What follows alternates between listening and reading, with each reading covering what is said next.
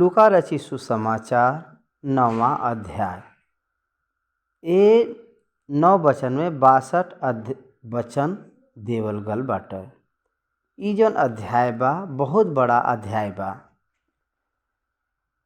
शायद आप लोगन के अभी तक एक सोच आगल हुई, लूका रची सुसमाचार में सारा अध्याय में बहुत वचन लिखल गल बाटे और ये अध्याय का पहला आयत से लेके 5वां आयत तक के लिख के बीच में जौन अलग अलग प्रकार का विषय आप लोगन के हम बतावे बदे कोशिश करब। हम बतावत भाई आप लोग ध्यान से सुने के। पहला वचन से लेके 6वां वचन तक 12 प्रेरित को परमेश्वर अधिकार देके भेजे बयान। 7वां वचन से लेके 9वां वचन तक हेरोदेस का उलझन, जौन बपतिस्मा देवे वाला यूहन्ना के मार दिलेवान ओकरे बारे में यहाँ पर उ उलझन में भइल बाटे। यीशु मसीह का समाचार सुन के उनकर मन घबराए गए रहल। और 10वां वचन अगर हम लोग देखल जी तो उ जौन भेजे बन 12 लोगन के उ लोग वापस आल बयान। और 11वां वचन से 11 वचन में बहुत लोगन के परमेश्वर चंगा करे बान। 12वां वचन से लेके 17वां वचन तक 5000 लोगन के परमेश्वर आश्चर्य रूप से भोजन खिलाए बयान। एक प्रकार से ऐसा लिखा गया। 18 वचन से लेके 20 वचन तक पतरस यीशु मसीह के पवित्र आत्मा की तरफ से यीशु मसीह के पहचाना हम लोग इनमें देख सकीला जा। 21 और 22 वचन में यीशु मसीह अपने मृत्यु के बारे में भविष्यवाणी करेबान के हम लोग देख ही सकीला जा। 23 वचन से लेके 26 वचन तक यीशु मसीह के चेला लोग परीक्षा ले हम लोग यहाँ पर देख सकीला जा। डिसाइपलशिप टेस्टेड ओकरे बदे विशेष रूप से वचन कौने प्रकार से अपने क्रूस के उठाए के चले के बाटे। परमेश्वर के राज के जब तक देखे बान तब तक कैसे रहे के बाटे, ये प्रकार से वो कहत आल बयान। और 27 वचन से लेके 36 वचन तक यीशु मसीह उनका रूपांतर होने के विधि यहाँ पर लिखल गल बाटे। परमेश्वर का ट्रांसफॉर्मेशन 37 से लेके 43 तक परमेश्वर का चेला जवन दुष्टात्मा जेके पकड़े रहल एक व्यक्ति के परमेश्वर का चेला लोग नहीं छोड़ाई पाई न, लेकिन यीशु मसीह आए के ओके भगई न छोड़ई न। ये विषय के बारे में हम लोग 37 वचन से लेके 43 वचन तक हम लोग देख सकेला जा।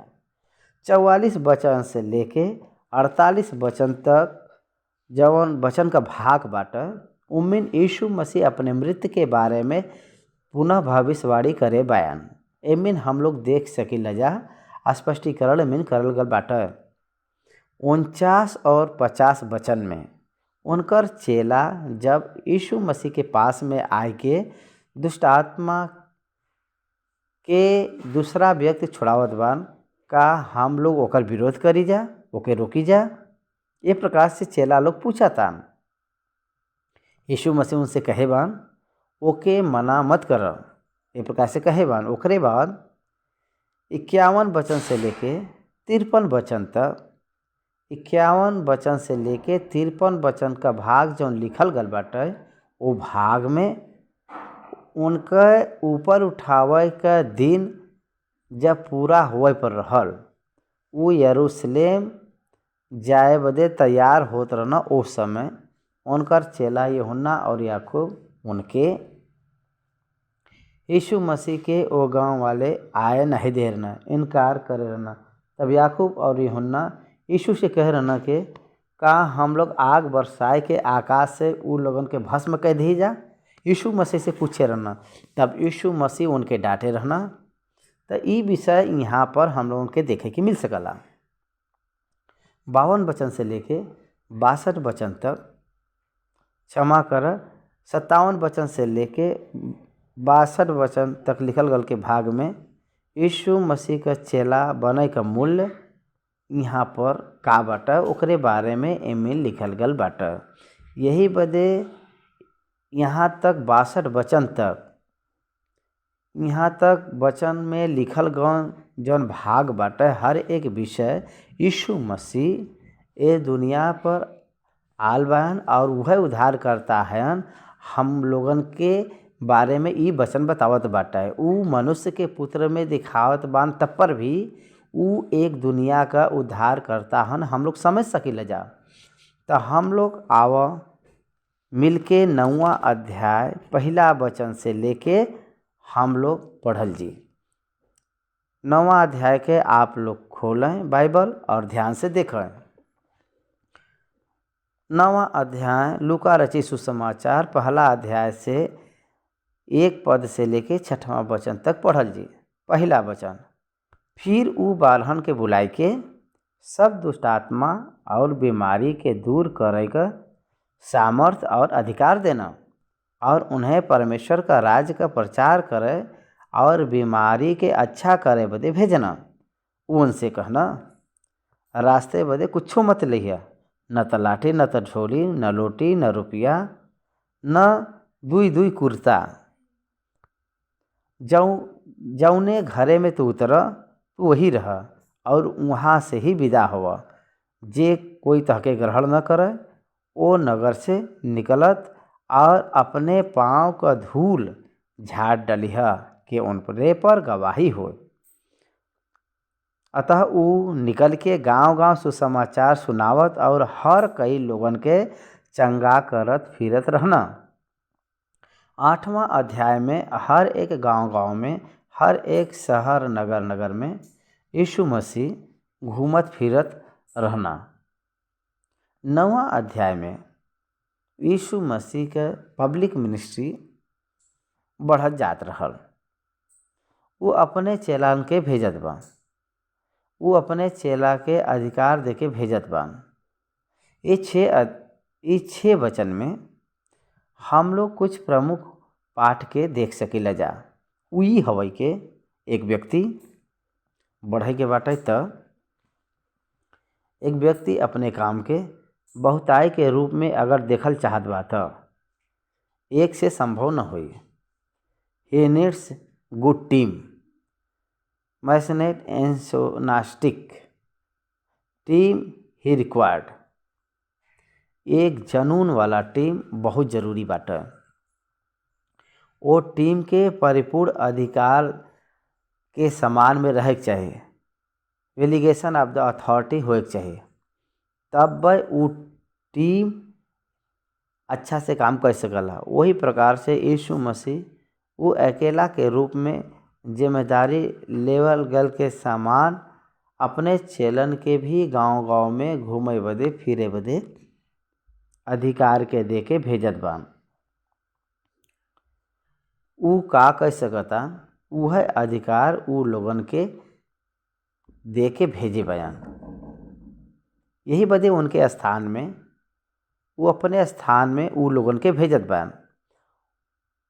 ओकरे बदे प्रत्येक आत्मा के बदे अभिषेक और अधिकार देत बान। फिर वो 12 के बुलाए के वो अपने 12 चेला लोगन के बुलाए बयान। वो बुलाए बयान, ही कॉल्ड देम। वो लोग उनके नहीं बुलाए रहना, लेकिन वो खुद ही वो 12 लोगन के बुलाए रहना और वो खुद है वो लोगन के तैयार करत बयान। वो है वो लोगन के अधिकार देत बयान। हर एक मसीह के प्रचारक या उपदेशक ये जाने के चाहिए, कोई भी व्यक्ति वो अपने खुद के ज्ञान से खुद के सामर्थ्य से परमेश्वर का सेवकाई नहीं आइब सकला, आगे नहीं बढ़ सकला। उनकर बुलाहट, उनकर उद्देश्य, उनकर मदद, उनकर अगुवाई अगर न रहे तो हम लोग कोई के भी हासिल नहीं कर सकीले जा। उनकर बुलाहट, उनकर उद्देश्य, उनकर मदद, उनकर अगुवाई न रहे तो हम लोग कोई के भी हासिल नहीं कर सकीले जा। यहाँ आप लोगन के ध्यान करे के बाटे, यहाँ आप लोगन के ध्यान देवे के बाटे कि वो उनके बुलाए रहना। बुलैले के बाद का करे बान, सारे दुष्ट आत्मा के ऊपर सामर्थ्य और अधिकार, पावर और अथॉरिटी ई दू शब्द जौन बाटे आप लोगन के देखे के बाटे। पावर और अथॉरिटी मतलब का बा, पावर का मतलब बा authority is nothing but controlling all authority, power having strength, authority controlling the power. समझे कि आप लोग कोशिश करें। एक पुलिस आदमी बा, वो ट्रैफिक के कंट्रोल कर समय उनसे भी सामर्थी, उनसे भी धनी, उनसे भी ज्ञानी, उनसे भी विद्वान मान ला साधन में जात बान। साधन और सामर्थ्य एक तरफ बाटे, उम्मीद जन व्यक्ति बयान, व्यक्ति लोग भी सामर्थी बान, लेकिन वो पुलिस मैन के जौन अथॉरिटी देवल गल बाटे वो अथॉरिटी के द्वारा वो रोक सकन। पुलिस मैन लोगन के पीछे एक सामर्थ्य बा, वो एक शक्ति बा। वो शक्ति का बा गवर्नमेंट का सेवक हन उ सब, उनके पीछे गवर्नमेंट उनका प्रोटेक्ट करला। वैसे ही परमेश्वर का जे कोई बच्चा बा, परमेश्वर का जे संतान बाटे, जे उनकर सेवक बाटे, उ लोगन के परमेश्वर उनके पीछे रहना, उ लोगन के सामर्थ्य देना। यीशु मसीह उन लोगन के यहाँ पर सामर्थ्य देले बायन। आप लोग एक बार सोचें, भविष्यवक्ता के बारे में आप सब लोग जानना, काय आप सुनत बान। यीशु मसीह का प्रत्येकता का आप ध्यान करत बायन। बहुत सारा लोग भविष्यवक्ता लोग आ रहना बाइबल के ग्रंथ में, ओल्ड टेस्टामेंट में बहुत से लोग भविष्यवक्ता आल बयान। कोई भी भविष्यवक्ता वरदान का सामर्थ देवे के समान कोई बाटे का, कोई देले बाटे का। मूसा यहोशू के कोई भी सामर्थ नहीं दे रहना। राइट या रॉन्ग? राइट। प्रॉफिट के ले लेवल जाए बाइबल में कई प्रकार के भविष्यवक्ता लोग बयान। एलिया जौन बान, एलिसा के अपने स्वयं के इच्छा से वो सामर्थ्य के नहीं दे रहना।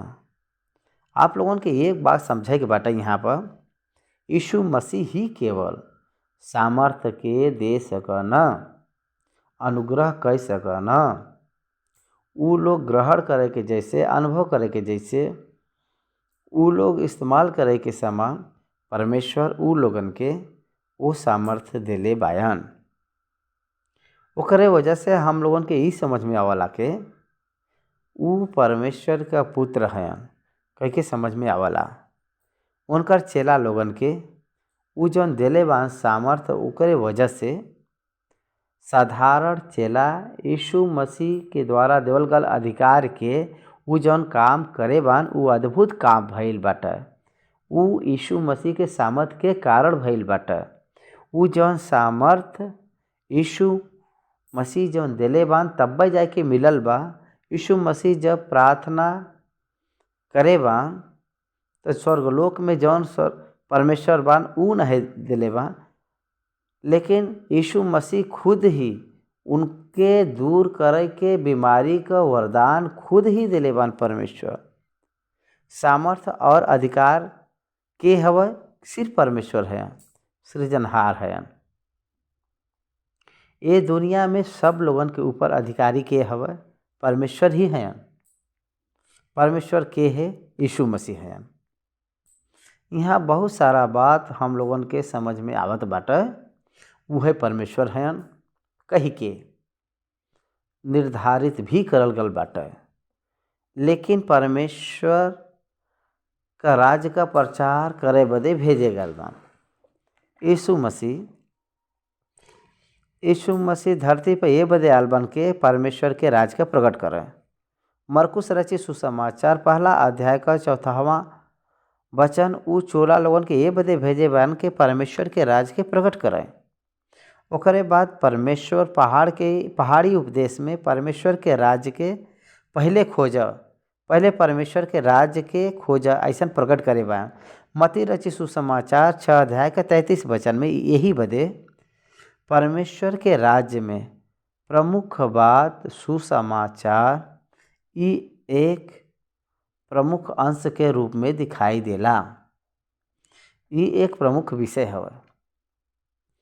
परमेश्वर के राज का प्रचार कर और बीमारन के अच्छा करे बदे भेजना, बीमारन के अच्छा करे बदे भेजे बान। It is the sign of the proclamation of the kingdom of God. परमेश्वर के राज के प्रकट करत गल बाटे और बीमारी के ठीक करत जा। परमेश्वर के राज्य के और चंगाई का लिंक का बाटे? ये दोनों में का संबंध बाटे? परमेश्वर के राज्य में बीमारी न रह पाई, दैट इज द साइन। परमेश्वर के राज का मतलब थाउजेंड्स या रियल में परमेश्वर के राज्य में प्रकट करे बदे कहल गल बाटे। ये एक स्वर्गलोक राज्य के बारे में कहल गल बात नहीं बा। That dwelling place of God के बारे में ये नहीं बतावल गल बाटे। The reignment of Jesus Christ which is coming. दूसरा आगमन में 1000 साल का जो निवास के बारे में यहाँ पर बतावल गल बाटे। परमेश्वर का राज के प्रकट करे के बाटे और चंगा करे के बाटे। बीमारी के अच्छा करे बदे कहे बान, दुष्ट आत्मा से छुटकारा देवे बदे कहे बान। ये दोनों 1000 साल के पालन के समय में हुई, बीमारी न रही और दुष्ट आत्मा का प्रभाव 1000 साल के निवास में न रही। ये हवै परमेश्वर का राज। परमेश्वर का राज का मतलब दुष्ट आत्मा से पूरा चंगाई और बीमारी से पूरा छुटकारा। 1000 साल के समय में, यीशु मसीह के समय में सारा मानव जाति संपूर्ण रीति से स्वस्थ रूप में रही है, अच्छा सेहत रही। शैतान उस समय बंदी बन के रही। यही बदे शैतान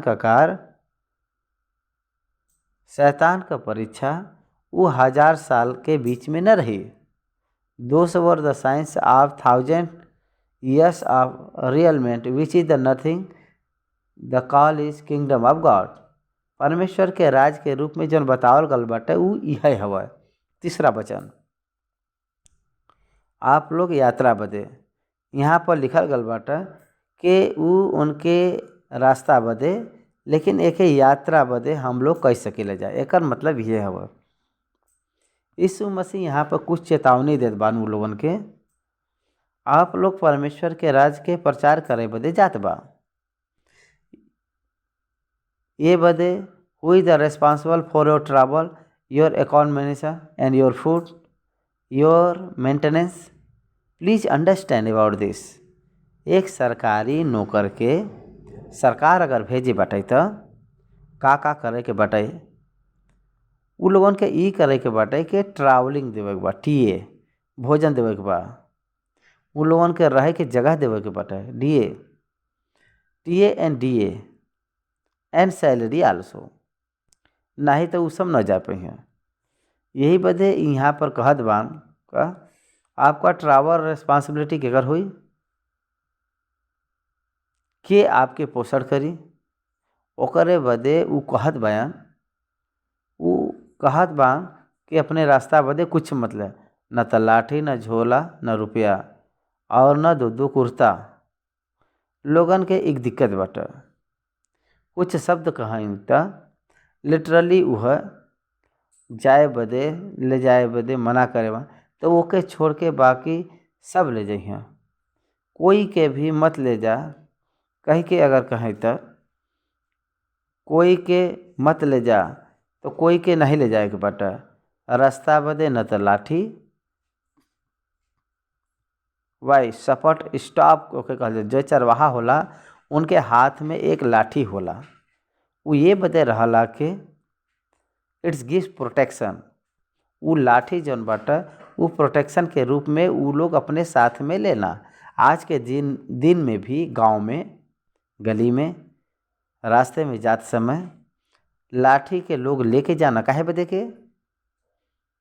कुत्ता के अटैक से, सांप से बचे बदे। अगर मान लो अंधेरा के समय में अगर जात बा तो उसमें बहुत सारा ऐसे कीड़ा, जीव जंतु रोशनी बदे ढूंढत खोजत बाहर निकल के आवना। उ शब्द सुन के बहुत तेज से पीछे मुड़ना। यही बदे हाथ का लाठी जौन बाटा इट शोज द प्रोटेक्शन। न तो झोली, उस झोली में सब कुछ रहला प्रिपरेशन। साधारण तौर पर मदर फीडिंग, जो लोग मदर फीड करना उ माता लोग जौन फीडी देने अपने बच्चा के उ लोगन के पास में रहला। उ झोली में सब कुछ रहला। ओके, न तो रोटी न तो रुपया। रोटी का मतलब फूड, रुपया का मतलब हम लोग सब जाने लगा। वो ज़माने में चांदी और सिक्का लोग इस्तेमाल करत न। कॉमन पीपल के पास करेंसी चांदी रहला।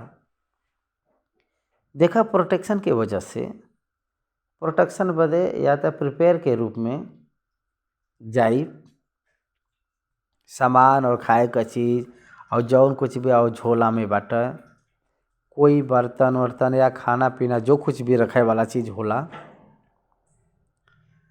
और न तो रोटी न तो रुपया और न दुद्दू कुर्ता ना ही ले जाए के बाटे। कोई भी मान लो कोई गांव पर कोई जात बाटे या कोई के घरे या कोई शहर नगर पे जात बा तो ये सब सारा चीज़ रखे बदे लोग कहना। देखा जब हम इसराइल देश में जब हम गए रही तो हमके लोग एक लिस्ट दे रहा ना कि ये सब सारा लिस्ट में जौन बा ओके रखला। और लिस्ट में आखिरी में अमृतार्जन बाटे। अमृतार्जन काहे बदे? अमृतार्जन काहे बदे? तो वो लोग सुनना ना, लेकिन वहू के रखे के चाहिए लोग कहना।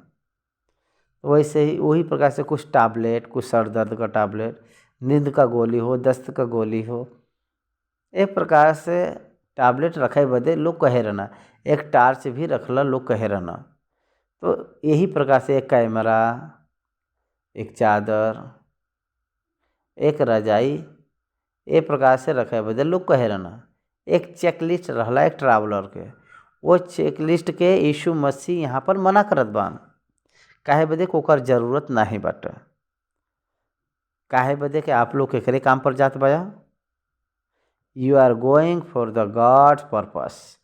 गवर्नमेंट ऑफिसर, हायर कैटेगरी के लोग कुछ गेस्ट हाउस में जाए के बदे उ गेस्ट हाउस में उ लोगन के पास में सब कुछ रहला।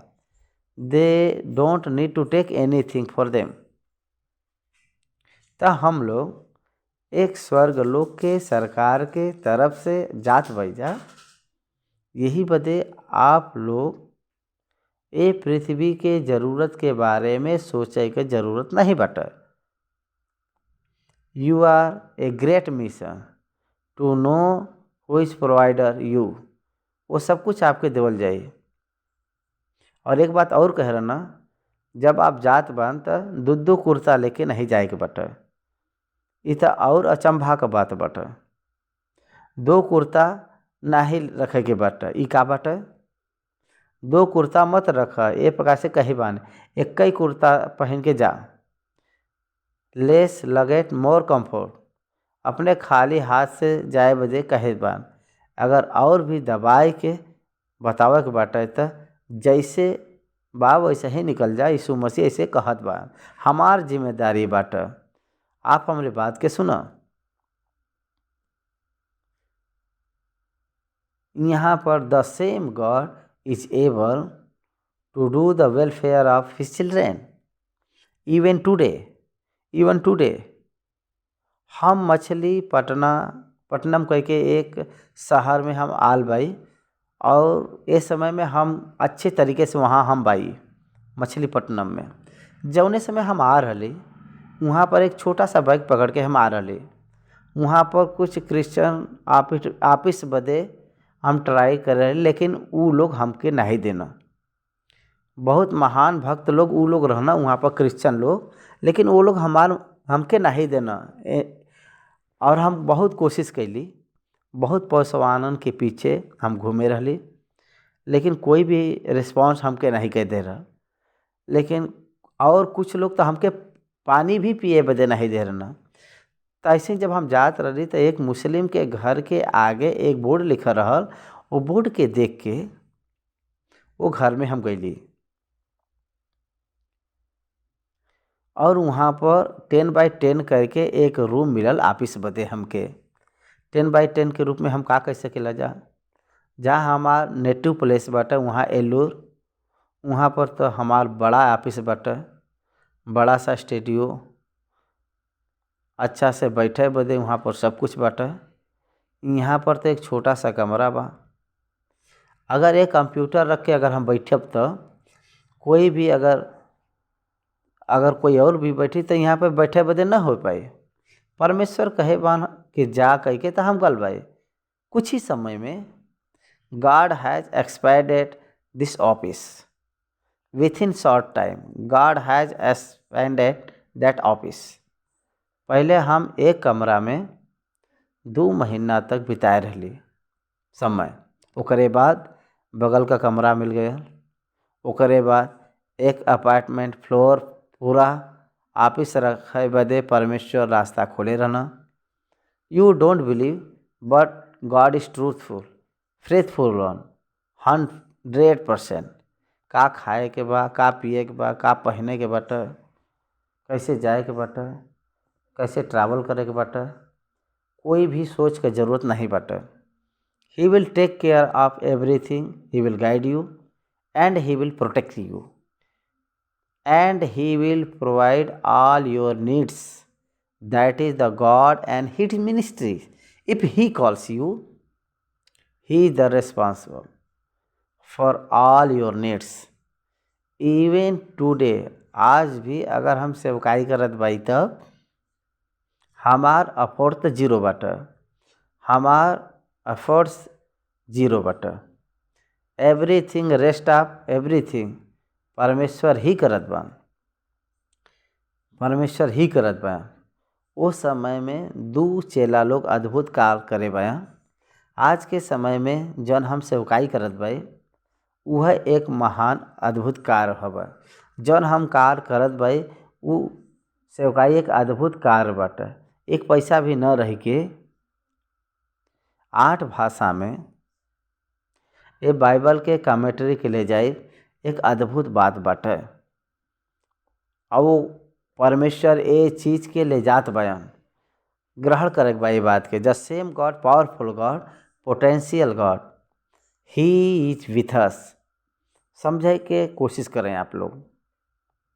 जे कोई थके ग्रहण न करे वो नगर से निकलत अपने पाँव का धूल झाड़ डाला के उनके पर गवाही हुआ। वो पाँव के धूल झाड़ डाले के मतलब ये हवे कि उनके सजा देवे बदे गवाही के रूप में नहीं, चले जा कहे बा, निकलत बदे कहे बा। हमेशा आपके याद करे के बाटे, आपके जे पसंद नहीं करला उ लोगन के साथ रहे के जरूरत नहीं बाटे। आपके जे पसंद नहीं करला उ लोगन के साथ रहे के जरूरत नहीं बाटे। परमेश्वर के वचन में जे कोई तोहके ग्रहण न करे तो डोंट फील, ओकरे बदे कुछ भी चिंता नहीं करे के बाटे। आपके पाँव के धूल के वहाँ छोड़ दो, उनके ऊपर एक गवाह के रूप में रहिए कह के कहे बयान। अतः वो निकल के गांव गांव सुसमाचार सुनावत और हर कई लोगन के चंगा करत फिरत रहना। का आप लोग ध्यान करत बान? का आप लोग के ग्रहण करत बान? का कहत बान यहाँ पर? निकल के गल बयान, नो आर्गुमेंट, नो क्वेश्चन। का आप लोग ध्यान करत बान? Know questions. हे प्रभु, भोजन के न ले जाए बदे कहत बया, न रुपया, न वस्त्र, न लाठी, न झोली, सारा यात्रा के गुड़ के आप ख़त्म करत बान। हम लोग कौने प्रकार से जाल जी। कोई भी एक व्यक्ति भी ये प्रकार से सवाल प्रभु यीशु मसीह से नहीं कहना, और वो लोग निकल के गई ना। यही बदे वो लोग प्रेरित में गिनल गई ना, और वो लोगन के प्रेरित कह के बुलावल गए रहल। यीशु मसीह के बिना प्रश्न पूछ के वो सब निकले रहना है। यीशु मसीह के सेवकाई बिना प्रश्न पूछे करे रहना। यीशु मसीह के बिना एक प्रश्न पूछे सेवकाई कर रहना कि यीशु मसीह ही देखभाल कर रही हैं। अब्राहम अपने पुत्र इसहाक से कह रहना, पर्वत के ऊपर यहोवा जाए बदे कहे बान, हम लोग जात भाई जा। जाए बदे कहे बान, ए बदे हम लोग जात भाई जा। जौन कुछ होए वाला बा उहे देखी हैं। पर्वत के ऊपर यहोवा मेमना के देख ली हैं। का देखी हैं? मेमना के देख ली हैं। परमेश्वर हमेशा मानव के बलि के चाहे वाला नहीं। इट इज़ अप टू हिम। मेमना तो अलग है। ऐसे अब्राहम का कन्वेंशन क्या हुआ? वो होम बलि में इसहाक के लिए नहीं। परमेश्वर मानव का बलि नहीं लेना। वही के स्वरूप में जे मनुष्य बा वो खुद बलि नहीं लेना। आपके पुत्र के होम बलि देवे के नहीं पूछना। God never constitute with his word. वो अपने बात से कभी भी बदलना नहीं। अगर वो अपने पुत्र के अब्राहम से मारे बदे अगर कहे बायां, दहन बदे कहे बायां, तब पर भी फिर से वो हमरे पुत्र के जिलाई के हमरे साथ भेजिए।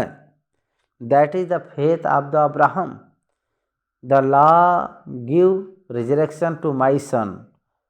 हमरे पुत्र के पुनरुत्थान दे के फिर से वो जिलाई सकना, पुनर्जीवन दिलाए के वो जिलाई सकना।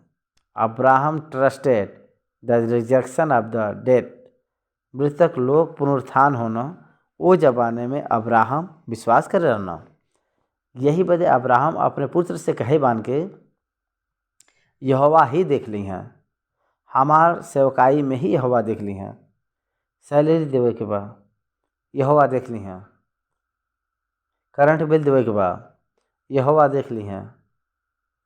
हमरे बिल्डिंग का जो रेंट बा यहोवा ही देख ली हैं। यहोवा ही देख ली हैं। हमरे वजह से कुछ नहीं, हमरे वजह से कुछ न होए, वो है देख ली हैं। हम देख सकत भाई वो नहीं परमेश्वर का सेवकाई है। God is the solution for the God's man.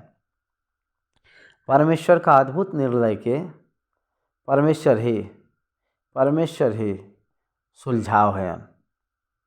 वो मनुष्य के जरिया न होई, वो परमेश्वर ही करिए। सच ग्रेट गॉड वी है। कितना अद्भुत रीत का चेला बान, गलबान और चंगाई कहना, गैना और चंगाई कहना। गांव में वो लोग घूमत रहना, फिरत रहना, डरत नहीं रहना। यीशु का चेला यीशु के बात के अनुसार कर रहना, डरल नहीं रहना। काहे बदे उनके हाथ में परमेश्वर अपने अधिकार के रखना। इवन टुडे आज भी परमेश्वर के सेवकाई में अधिकार के परमेश्वर रखे बयान। God can do the wonders through the ministry of his servant.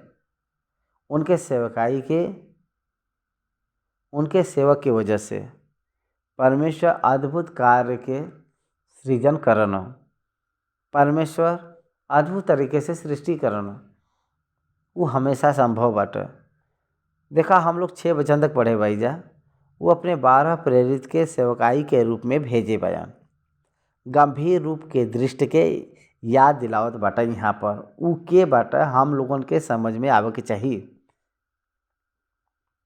साधारण मानव के चंगाई देवे के वरदान के देके रखे बयान। वो केवल परमेश्वर के ही संभव बाटा और ना ही तो कोई के। वो परमेश्वर हन कह के ये क्षण में ये वचन के जरिया हम सीखत बाई। बहुत से लोग भविष्यवक्ता बयां कोई भी भविष्यवक्ता दूसरे भविष्यवक्ता के चंगाई देवे के वरदान नहीं देले बा। कोई भी भविष्यवक्ता दूसरे भविष्यवक्ता के दुष्टात्मा के छुड़ावे का सामर्थ्य नहीं देले बान, अधिकार नहीं देले बान। ये बात याद करे के बा। दुष्टात्मा के ऊपर शक्ति और सामर्थ्य और अधिकार सिर्फ केवल परमेश्वर के पास ही बाटे। कोई मनुष्य या कोई व्यक्ति के दुष्टात्मा के ऊपर अधिकार और सामर्थ्य नहीं बाटे। केवल परमेश्वर के ही वो अधिकार और सामर्थ्य बाटे।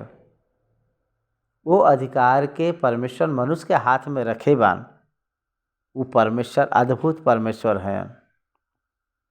लूका रचित सुसमाचार बीतल गल अध्याय में हम लोग पढ़े बैजा, हे परम प्रधान का परमेश्वर का पुत्र, हम लोगन के उ गड्ढा में मत भेजा, वो सुअर के झुंड में भेजा।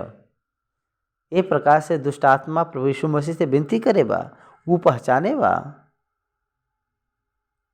दुष्टात्मा के पता बाटे कि परमेश्वर के बा, लेकिन मनुष्य यहाँ पर नहीं पहचानल बा। याद करा, दुष्टात्मा के ऊपर अधिकार, बीमारी के ऊपर अधिकार, परमेश्वर के राज्य में लेवे का अधिकार, ये बात परमेश्वर के पास ही बाटे। केवल को परमेश्वर के पास बा। और उ नर के रूप में आल बयान। क्रूस के ऊपर जौन डाकू रहल, उ ई कहे रहल कि जब तू अपने राज्य में अइह तो हमके याद करिह। कब?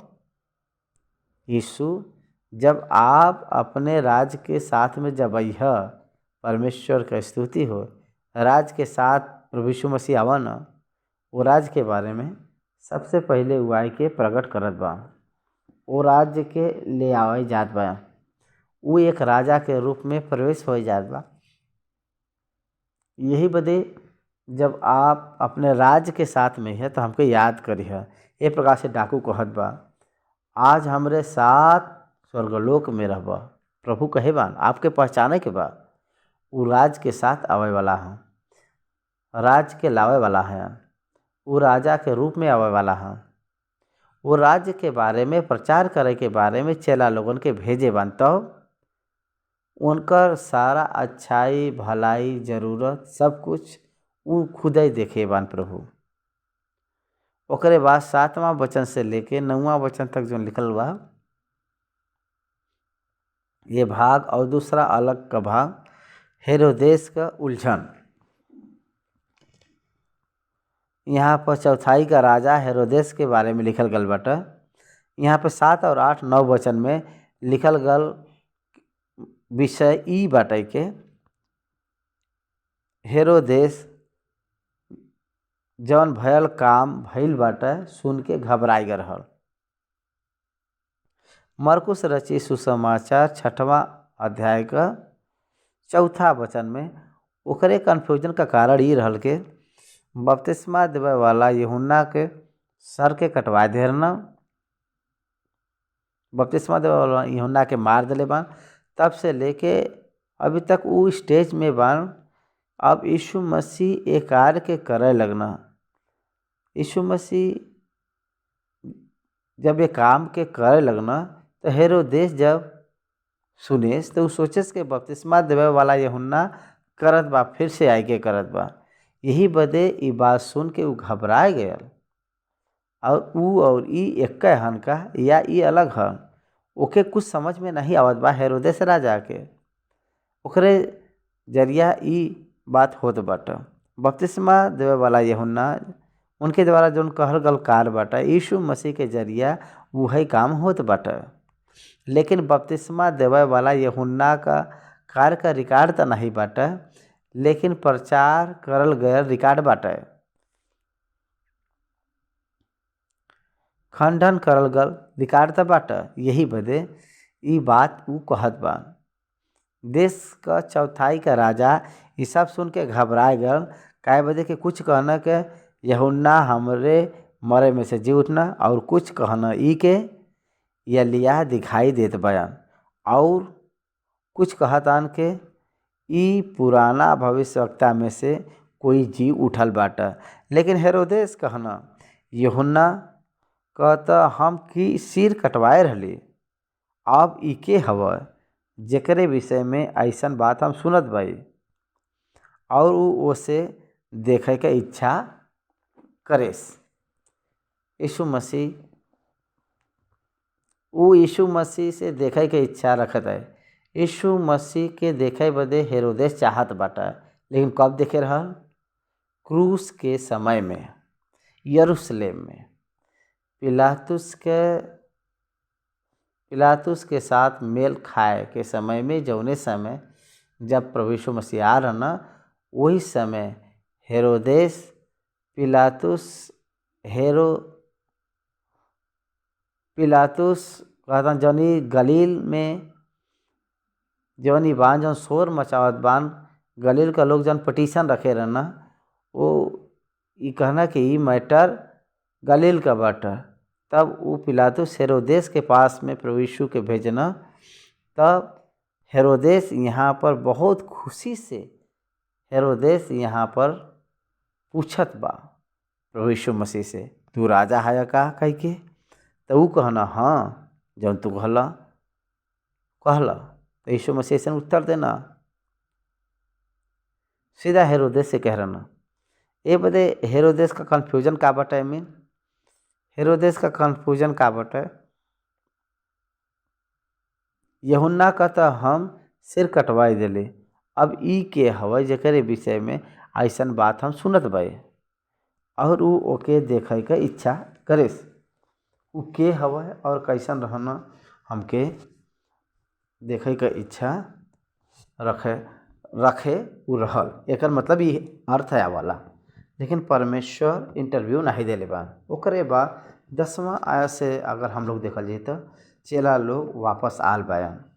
हम लोग मरकुस रचित सुसमाचार में 6 अध्याय में और मत्ती रचित सुसमाचार 10वां अध्याय यीशु मसीह अपने चेला लोगन के भेजे वाला जो संदर्भ बाटे, इमें ई बात लिखल गल बाटे।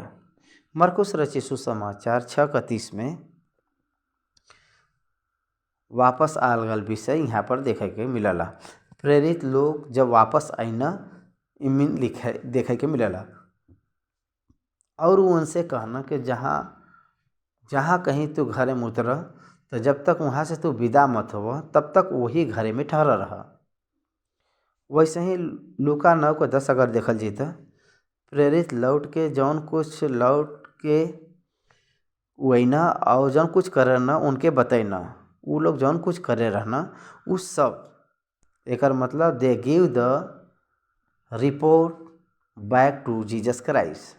वो भेजे रहना, प्रभु यीशु मसीह भेजे रहना अधिकार दे के, और ये लोग आए के रिपोर्ट भी देते बयान, हम लोग एक काम के करे भाई, एक काम के करे भाई, ये प्रकार से वो सब रिपोर्ट देते बन। और वो उनके अलग करके बेतसैदा नामक नगर के ले गए ना, बेतसैदा नामक नगर में ले गए ना। वो पूरा जंगल एरिया रहल। प्रभु वहाँ पर वो लोगन के अलग करके ले गल बा, उठा और हमरे साथ वो रास्ते पर चला, वो प्रांत पे चला और वहाँ और कुछ विषय ले ला कह के प्रभु अपने चेला लोगन के लेके गल बयान। उ लोगन के साथ बेतसैदा कह के जौन नगर बा वहाँ ले गल बा। 11वां वचन से अगर देखल जाए तो वो बहुत लोगन के चंगाई करे बा, हम लोग यहाँ पर देख सकीला जा। ई हम लोगन के मत्ती रचित सुसमाचार 14वां अध्याय 13 से बहुत लोगन के चंगाई करे बयान। ई जान के भीड़ उनके पीछे होले और वो आनंद के साथ उनसे मिलना और उनसे परमेश्वर का राज का बात करे लगना, और जे चंगा होवल चाहत रहल उनके चंगा करना। ई बेतसैदा का गांव का नगर के किनारे ई जंगल बाटे। जब दिन ढले लगल तब 12 लोग आए के उनसे कहना, भीड़ के विदा कर के चारों ओर का गांव और बस्ती में जाए के ठीक करा, भोजन का उपाय करा, काहे बदे के हम यहाँ सुनसान जगह में बाई।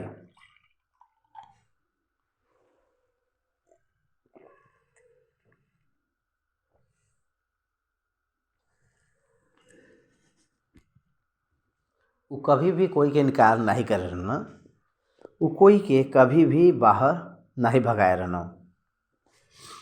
हम लोग तो सुनसान जगह में बाई जा, तो हम लोग भीड़ विदा कर दी जा कि वो लोग बस्ती में जाए के टिके और भोजन का उपाय करें। ये प्रकार से चेला लोग गन के प्रभु यीशु मसीह कहत बान। तो यीशु मसीह उन लोग से कहत बान कि तू उन लोगन के खाना दा। ये जौन व्याख्या बाटे ये बहुत अद्भुत तरीके का व्याख्या बाटे। चेला लोग तो वो लोगन के भेजे बदे कहत बान के उन लोग के भेज दा गाय में जाके अपन भोजन के व्यवस्था करें। लेकिन प्रभु कहत बान वो सारे 1000 लोगन के भोजन खिलावे बदे। ये कैसे संभव हो सकला? यीशु मसीह से सिर्फ संभव हो सकला, सब कुछ संभव हो सकला। 13वां वचन से हम लोग वचन देखल जी। उनसे कहना कि तुहई उ लोगन के खाए के द। और उ लोग कहना कि हम लोगन के पास 5 रोटी और 2 मछली के छोड़ और कुछो नहीं बाटे। लेकिन अगर हम जाए के ई सब लोगन के भोजन मोल ले जा तो हो सकेला। ये वचन के पास कुछ प्रमुख विषय हम बताइए, आप लोग ध्यान से सुने बदे कोशिश करें। पहला, सुनसान जगह बाटे। दूसरा, लोग बहुत ज़्यादा बान, हजारन के संख्या में बान। 2000 पुरुष का मतलब ये है कि स्त्री लोग अलग बान, बच्चा लोग अलग बान। मोर देन 10,000 पीपुल लोग बान, राइट्स। सब लोगन के भूख लगत बाटे, सब लोग बेहोश होए बदे जात बान। सुनसान जगह बाटे, वहाँ पर भोजन तो न मिल पाई। तो यही बदे वो लोगन के अलग अलग नगर शहर में भेजें, वहाँ पर टिकें और अपने आप के भोजन का उपाय करें। चेला लोग ये चाहत न कि वो लोग गांव और बस्ती में जाए, वहाँ रुके और अपन भोजन का व्यवस्था करें। ये चेला लोगन का विचार रहा। इस प्रकार से मनुष्य के निवास करे बदे और भोजन बदे टिका और भोजन खा बहुत जरूरी है। तो ये दोनों मिले बदे जौने स्थान पर वो सब रहना, तो वो जौन स्थान रहल वो स्थान बहुत सुनसान जगह रहल। ये बदे उ लोगन के चेला लोग कहत बान कि ये लोगन के भेज द शहर में। लेकिन प्रभु यहाँ पर कहत बान कि आप लोग खुद ही भोजन खिलाव। चेला लोगन से कहे बान ये बात के उ लोग ये उत्तर दिले बान कि हमारे पास 5 रोटी और 2 मछली के छोड़ और कुछो नहीं बाटे। एकर मतलब उनके पास जौन बाटे काफ़ी नहीं बाटे। सब लोगन के ई बस न होई, ऐसे कहत बा। आप ध्यान दें, हम लोगन के पास में जौन कुछ रहला वो काफ़ी नहीं रहला। This is the answer of the so many people in this days.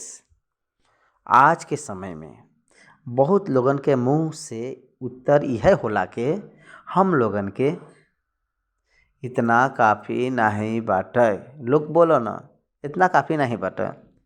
साधारण रूप में, सारे मानव रूप में जौन लोग बोलो ना वो ही बोलो ना आपत्ति है हवा। चेला लोग भोजन का उपाय वो लोग देख ली हैं। यीशु से कहत ही, यीशु कहना कि नाहे हम लोग दिल जी ई बस न होई कह के कहत बान यीशु मसीह से। तो यीशु मसीह कहत बान के ई काफ़ी नहीं बाटे। एकर अंतर का बाटे? उ सब कहत बान के काफ़ी नहीं बा, लेकिन प्रभु यीशु मसीह कहत बान ई तो काफ़ी बाटे। उ सब कहत बान इतना में न होई। संख्या के हिसाब से लोग ज़्यादा बान और संख्या के हिसाब से रोटी कम बाटे और संख्या के हिसाब से मछली भी कम बाटे। संख्या के हिसाब से संबंध न होए के परमेश्वर काफ़ी बान कह के कह सकें। In his greatest power, almighty power, उनके अद्भुत सामर्थ्य के वजह से वो उनके ज़रूरत के अपने सामर्थ्य से पूरा कर सकन। वो लोग जे के काफ़ी नहीं बाटे जे कहत बा ई बस न होई कह के जौने विषय के बारे में उ लोग कहत बायन उ जौन काफ़ी नहीं बाटे जेके कहत बायन ओकरे जरिया ओके बढ़ोतरी कई के उनके जरिया उनके तृप्ति देके 12 टोकरी से उठवाए रहना। एकर मतलब उनका सामर्थ्य का बाटे हम लोग एक बार ओके अनुमान लगावे के बाटे, सोच लगावे के बाटे। ओकरे बाद अगर हम जाए के ई सब लोगन बदे भोजन मोल ले ही जा, दे हैड मनी विद देम कह के समझ आवत बाटे। इतना ढेर सारा हजार लोगन बदे अगर हम जाए के ये सब बदे अगर भोजन मोल ले ही जा कह के कहत बा। ह्यूमन एबिलिटी के बारे में यहाँ कहत बा, लेकिन प्रभु का कहत बा? That's not the system of God, that's not the style of the God. आप लोग जाए के भोजन के मोल नहीं लेवे के बाटे, जवन कुछ अभी उपलब्ध बाटे वही से भोजन करे के बा।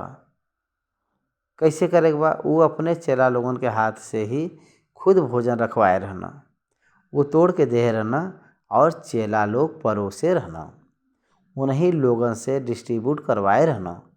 यीशु मसीह जे लोग कहे रहना कि काफ़ी नहीं बाटे, उन्हीं लोगन से उन्हीं के हाथ से वही मछली वही रोटी के उन्हीं के हाथ के द्वारा परोसवाए रहना, उन्हीं के हाथ से बाटे बदे यीशु मसीह अद्भुत काम करे रहना, उनके हाथे से ही बंटवाए रहना। That is the Jesus Christ. यहाँ हम लोग ई पाठ सीखे के बाटे के उनके हाथ में हम लोग कुछ भी रखी जा वो काफ़ी बाटे। उनके हाथ से जो निकल के आवला उ समृद्धि देला, वो काफ़ी होला। उनके पास ए प्रकार का सामर्थ्य शक्ति होला, समझ में आवत बाटे।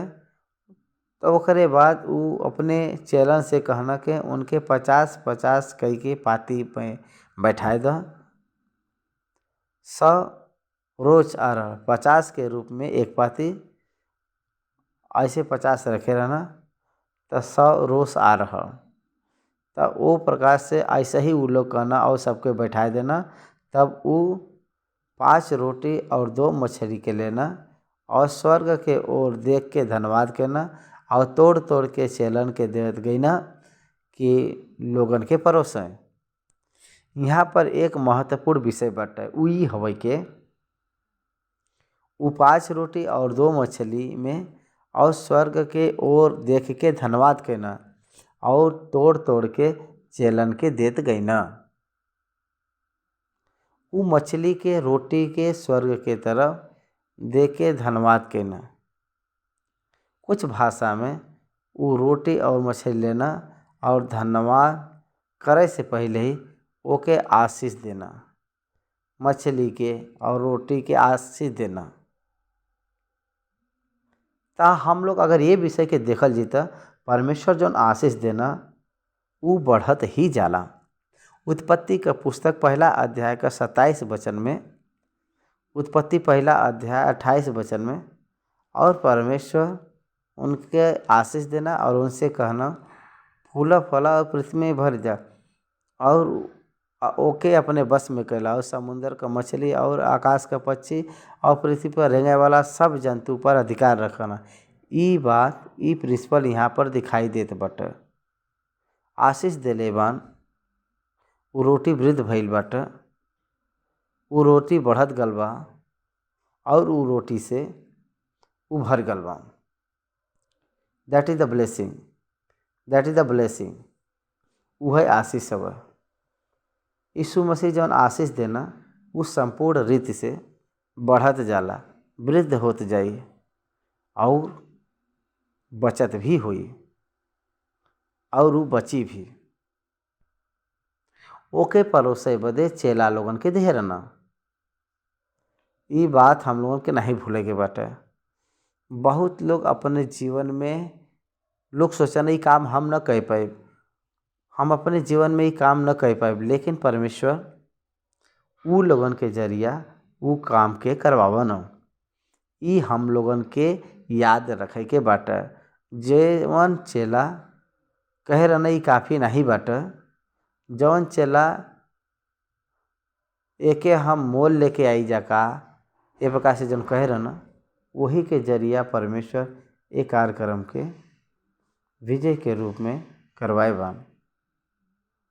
जब हम लोग इम्पॉसिबल कह के सोची ल जा, वो इम्पॉसिबिलिटी के परमेश्वर आपके जरिए पॉसिबल करवाओ न। उतना सामर्थ्य परमेश्वर उखयन, एकरे जरिया आप लोग समझे के चाहिए। तब सब खाए के तृप्त भई न, और चेला लोग बचल गल टुकड़ा से 12 टोकरी भर के उठे न। यहाँ यीशु मसीह का काम का बाटे और चेला लोगों का काम का बाटे?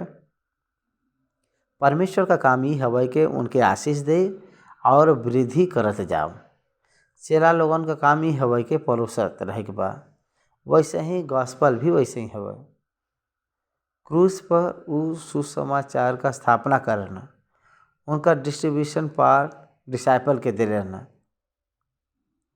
ह्यूमन पार्टनरशिप न हो के परमेश्वर कुछ भी नहीं करना।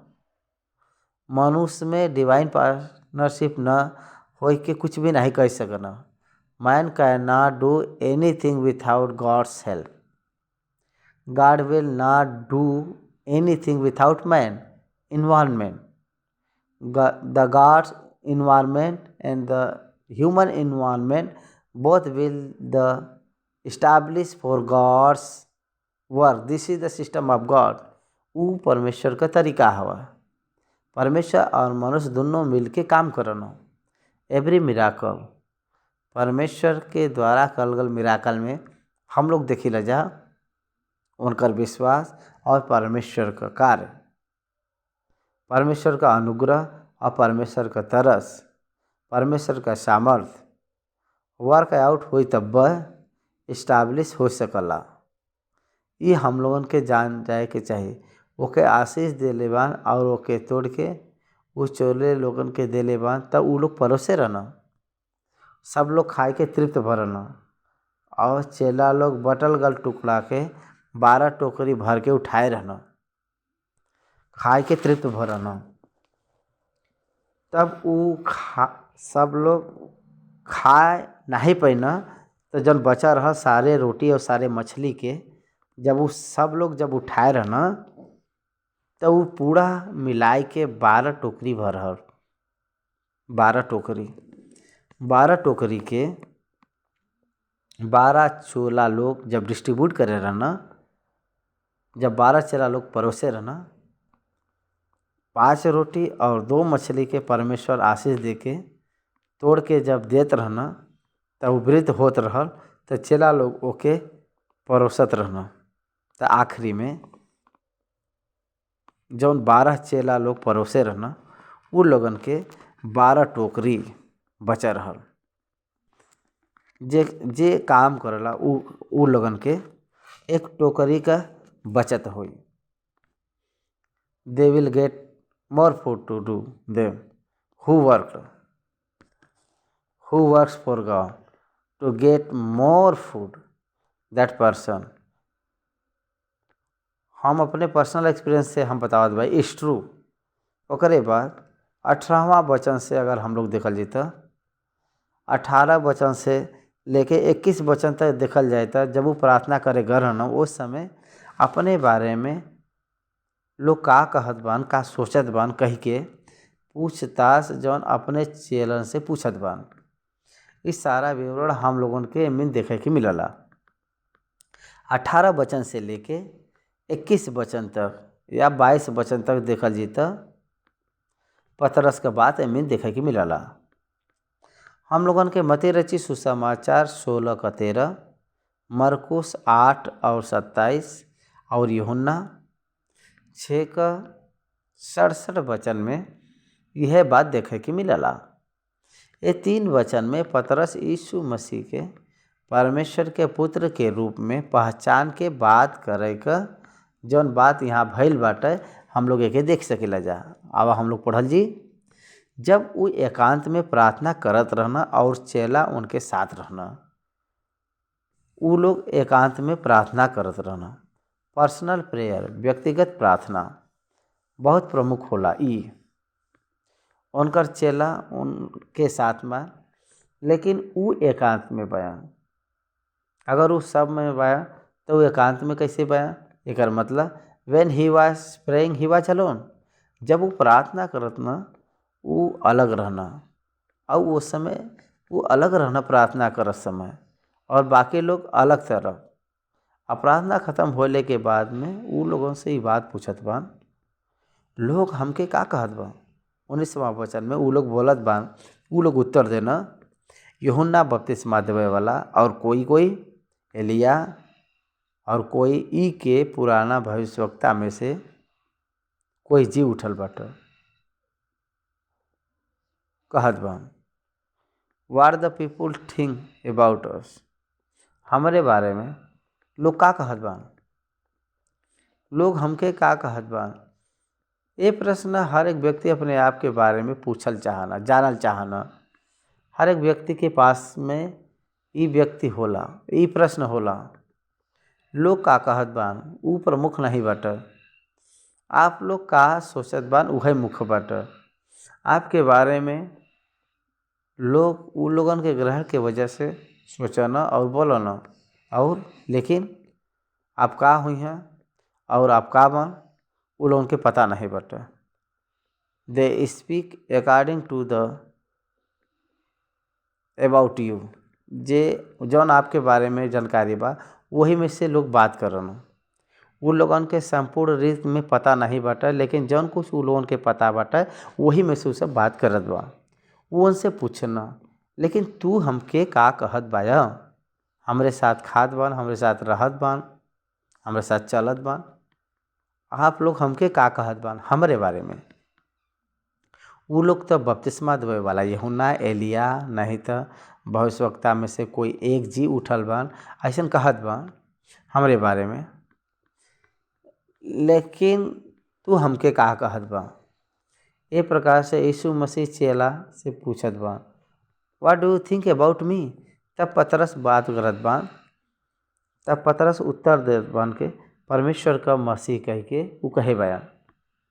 परमेश्वर का मसीह का मतलब ये हवा कि परमेश्वर के द्वारा भेजल गया मसीह भेजल गया कह के कहे बान पतरस। तब वो उनसे चिताए के कहे बान के ये बात कोई से मत कही है। बहुत गंभीर रूप में वो लोगन के बताए बयान। हम लोगन के 3 सुसमाचार में भी बात लिखल गल बाटे। हम लोग यूहन्ना रचित सुसमाचार 6 अध्याय का 67 आज से अगर देखल जाए तो वहाँ पर भी यह बात लिखल गल बाटे। एक बार देखल जाए यूहन्ना रचित सुसमाचार 6 अध्याय का 67 से हम पढ़त भाई ध्यान से। तब यीशु उ बारहन से कहना, का तोहूँ चलल जाल चाहत बाया?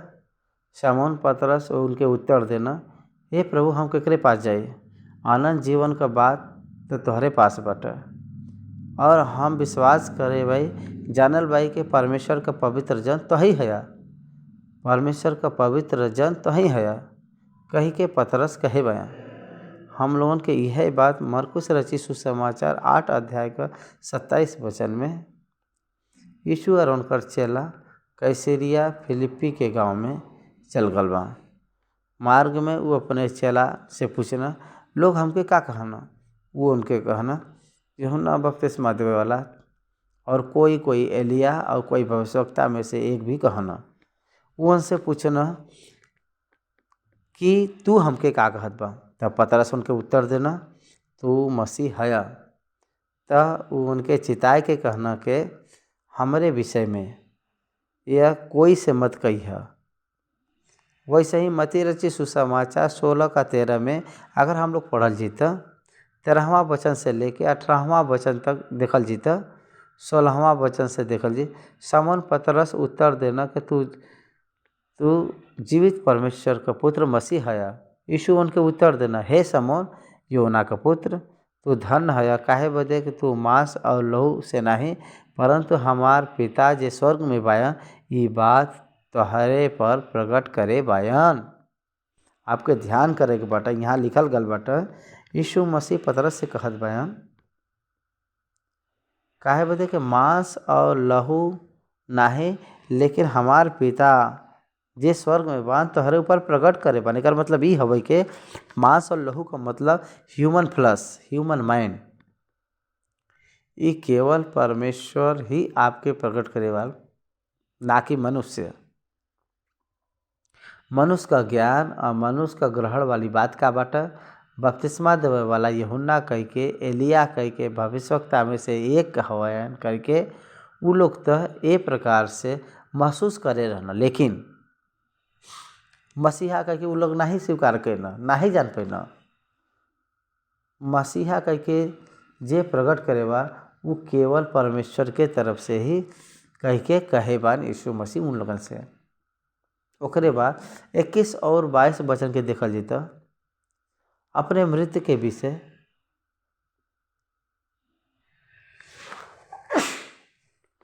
एकरे बारे में यहाँ पर संदर्भ देख सके जा। तब वो उनके चिताए के कहना कि ई मत कहिया कोई से के 22 वचन। फिर उनसे कहना कि मनुष्य के पुत्र बदे के ऊ अवसहन के बहुत दुख उठावे और पुरनिया और प्रधान और याजक शास्त्री ओके तुच्छ समझ के मार डाला और ऊ 30 दिन तक जी उठा। यहाँ पर 30 दिन के बाद कह के नहीं लिखल गल बाटे तीसरे दिन जी उठे के कह के लिखल गल बाटे। एकर मतलब ये हवे के scripture support scripture on the third day resurrection on third day not after 3 days। यही बदे शुक्र शनिचर और इतवार रविवार गुड फ्राइडे ईस्टर तीसरा दिन होला। हम लोग एक प्रकार से हिसाब डाले ला जा ये हम लोगों के समझे के चाहिए। ओकरे बाद मनुष्य का पुत्र दुख उठैया कह के कहत बा पुरनिया और प्रधान याजक के वजह से तुच्छ समझ के मार डले हैं। ई का हवा परमेश्वर का पुत्र कहत बान पुरनिया लोग यहूदी लोगन का पुरनिया जन बान यहूदी का धर्मी प्रधान लोग वो लोग कौने प्रकार से हत्या करी हैं कैसे मार डली हैं एक धर्मी व्यक्ति के वही लोगन से हम तुच्छ जान के मरे वाला है ये प्रकार से प्रभु यीशु मसीह कहत बयान। और तीसरे दिन हम जी उठब ई उ लोगन के बहुत आश्चर्य रूप में यह वचन मत्ती रचित सुसमाचार 16 अध्याय 21वां वचन से दिखाई देत बाटे। 23वां आयत लूका का 9 अध्याय 23वां आयत उ सबसे कहना अगर कोई हमरे पीछे आवल चाहे तो अपने आप से इनकार करें और प्रतिदिन आपन क्रूस उठावें हमरे पीछे हो ले। देखो हर एक व्यक्ति अपने आप हर एक व्यक्ति जे कोई हमरे पीछे चलल चाहला अपने आप के इनकार करे और प्रतिदिन आपन क्रूस उठावे उ हमरे पीछे हो सकला। Following Christ is not easy Following Christ is not easy, it is the costly affair. Salvation is free, but the believer is not easy and free. It is very costly and sacrificial. बहुत ध्यान रूपी के रूप में रहला। परमेश्वर के अपनावे का मतलब बहुत सरल रूप में नहीं रहला। ओके क्रूस के तुल्य जाने के बाद ओके प्रतिदिन उठावे के बाटे कभी कभी नहीं प्रतिदिन हर दिन क्रूस उठावे के बाद चले के बाद काहे बदे के जे कोई आपन प्राण बचावल चाहे वो ओके खोई हैं लेकिन जे कोई हमरे बदे आपन प्राण खोई वो के बचाई। प्राण के प्रभु बदे अगर खोई लेब तो वो फिर से वो प्राण के पई हैं। एकर मतलब रिजरेक्शन में निश्चय वो रही हैं। एकर अर्थ है यह आवला मत्ती रचित सुसमाचार 5वां अध्याय में वह कहे बा लोग हमरे नाम से आपके निंदा डाला और आपके हिंसा करें आपके ऊपर झूठा इल्जाम लगावा तो आप लोग धन्य है, उस समय खुश होई के नाचा। ये प्रकार से प्रभु कहे बा। प्रभु यहाँ पर कहत बा प्राण जे कोई बचावल चाही, के बचावल चाहला, यहूदी लोगन से ही बात करत बयान। के बचावल चाहला अपने प्राण के, जे यीशु मसीह के तुच्छ जानला उह अपने प्राण के बचावल चाहला। काहे बदे कि यीशु मसीह के यहूदी लोग, पुरानिए लोग, शास्त्री लोग दैविक अपराधी के रूप में दुष्ट के रूप में यीशु मसीह के पहचाने रहना। यही बदे उनके साथ उनके साथ रहबत प्राण का हानि रही, उ जानत रहना। अगर ओके तुच्छ जान लिए तो हम लोग अपने प्राण के खुद बचा सकिले जा, लेकिन उनके तुच्छ जान के प्राण के बचाए लेब तो वो लोग अपने प्राण के खोई हैं। One day they will lose their life, एक दिन में वो लोग अपने प्राण के खो ली हैं। और एक बात और है कि वो दिन केवल प्राण के ही न खोई हैं, अगर वो लोग प्रभु बदे अपने प्राण के खो ली हैं तो वो दिन में फिर से अपना ली हैं प्राण के। इन द रिजरेक्शन टाइम, पुनरुत्थान के रूप में जब बदलाव हुई उस समय वो अपने प्राण के बचा ली हैं। तो ये बदे यहाँ पर प्राण के बचाव के बाटा या खोए के बाटा, के बचावे के बा और के खोए के बाटा। प्राण के कमाए के बाटा तो उनके प्रभु बदे खोए के बाटा। If you want to participate in the resurrection you have to die for the Christ. वहाँ पर हम लोग समझे के चाहिए प्रभु बदे अपने प्राण बदे अगर खोईब तो कभी भी नष्ट न होइब, बल्कि फिर से एक बार हम लोग वापस आवल जी। अपने निमित्त अपने प्राण के प्रभु बदे हम लोग अब बचा लील जी, तो हम लोग नष्ट हो जाल जी और अपन प्राण पाताल में चल जाए, अपन प्राण चल जाए आग के भट्टी में। ये बात हम लोगों के बहुत जरूरी बा जानना चाहिए। 25वां वचन, अगर मनुष्य सारे जगत के प्राप्त करे और अपने प्राण के दे या ओकर हान उठावा तो उससे का लाभ हुई। जो कोई हमसे या हमरे बात से ला जाए, मनुष्य का पुत्र भी जब अपने और अपने पिता के ओर स्वर्गदूत, पवित्र स्वर्गदूत के साथ, महिमा स्वर्गदूत के साथ में ही है तो हो ल जाइ हैं। 26वां वचन में परमेश्वर कहत बयान, हम भी ल जाई कह के कहत बयान जे हमरे बदे ला जाला। और 27 में यहाँ लिखल गल बा, हम तो हसे सच कहत भाई कि जे कोई यहाँ खड़ा बाड़े उनमें से कुछ ऐसन बान के जब तक परमेश्वर का राज न देख लें तब तक मृत्यु का स्वाद न चखे हैं। निश्चय हम कहत भाई परमेश्वर का राज उन्हीं के बीच में बाटे, उ लोग उनमें सहभागी होत बा। विश्वासी रखले से उ सब लोग सहभागी होत बा परमेश्वर अपने राज से दूसरे आगमन में। यहाँ परमेश्वर का राज न देखें तब तक यहाँ पर जितना भी लोग खड़ा बा उनमें से कुछ लोग जब तक मृत्यु का स्वाद न चखी हैं। परमेश्वर के राज देखे के मतलब कमिंग इनटू द फेट ऑफ जीसस क्राइस्ट, यीशु मसीह में सहभागी हुई।